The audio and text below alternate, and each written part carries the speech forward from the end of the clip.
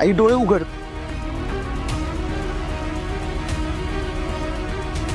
धैर्य.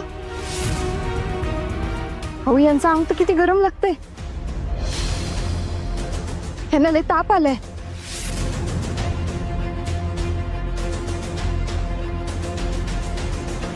आई आई डोळे उघड, माझ्याकडे बघ. आई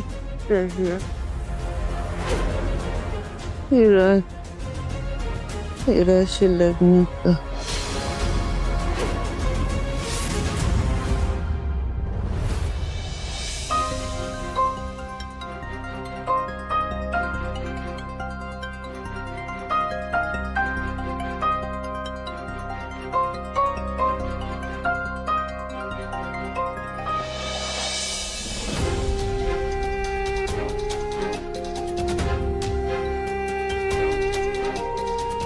डॉक्टर साहेब, असं अचानक कसं ताप भरला आईला एवढा? आणि ती ती शुद्धीवर कधी येईल? काळजी करण्यासारखं काय नाही. अचानक स्ट्रेस आल्यामुळे त्यांचा बीपी शूट झालाय. मी जे औषध लिहून देत आहे ते मागवून घ्या.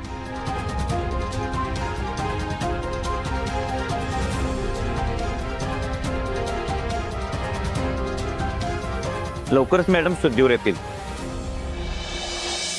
पण त्यांच्या मनावर काय ताण पडणार नाही याची काळजी घ्यावी लागेल तुम्हाला. हा, आणि काय लागलं तर मला कॉल करा, येतो मी. हो.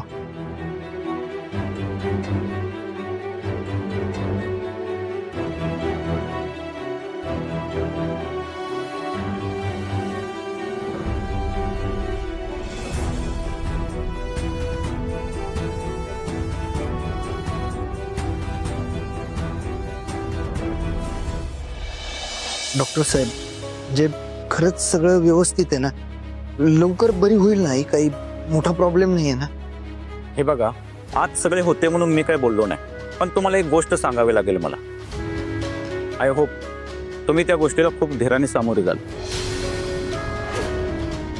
डॉक्टर साहेब, जे काही असेल ना ते प्लीज स्पष्ट सांगा. दामिनी मॅडमला मी चेक केल्यानंतर माझ्या असं लक्षात आलं त्यांना मायनर हार्ट अटॅक येऊन गेलाय.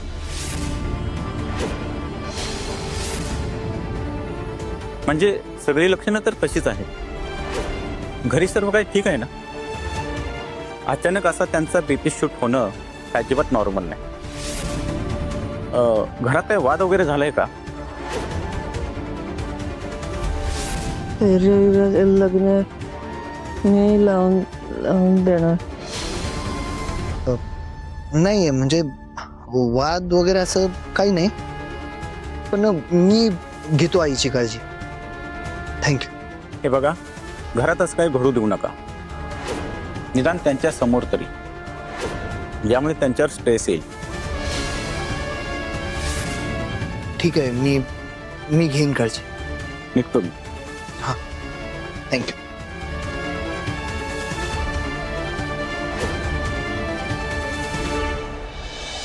आईला कसला स्ट्रेस आला आहे ते चांगलंच माहिती आहे मला.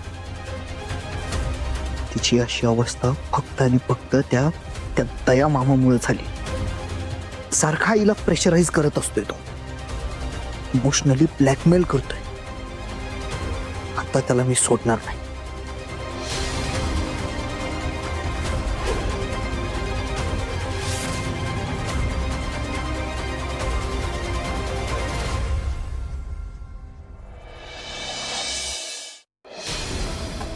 मी तुला आता जास्त प्रश्न नाही विचारणार. मला फक्त सांग, गुरुकुल मिशनचे रिपोर्ट्स कुठे ठेवलेत ते? माणूस लायकीचे नाही आहेत मामा. कशासाठी करतोयस हे सगळं? काय हवंय तुला मला सांग. कॉलर सोड. अरे कॉलर सोड ना. अरे काय येडा बेडा झालास काय? कॉलर सोड. मामा, आवाज खाली. माझ्या घरात माझ्याशी या आवाजात बोलायचं नाही. खपून घेणार नाही मी. का त्रास देतोय साईला? तिला ब्लॅकमेल करू काय मिळणार आहे तुला? अच्छा, काय बोलतोस हे? तुझं तुला तरी कळतंय का? हा मी माझ्या लाडक्या ताईला ब्लॅकमेल करतो. हा ब्लॅकमेल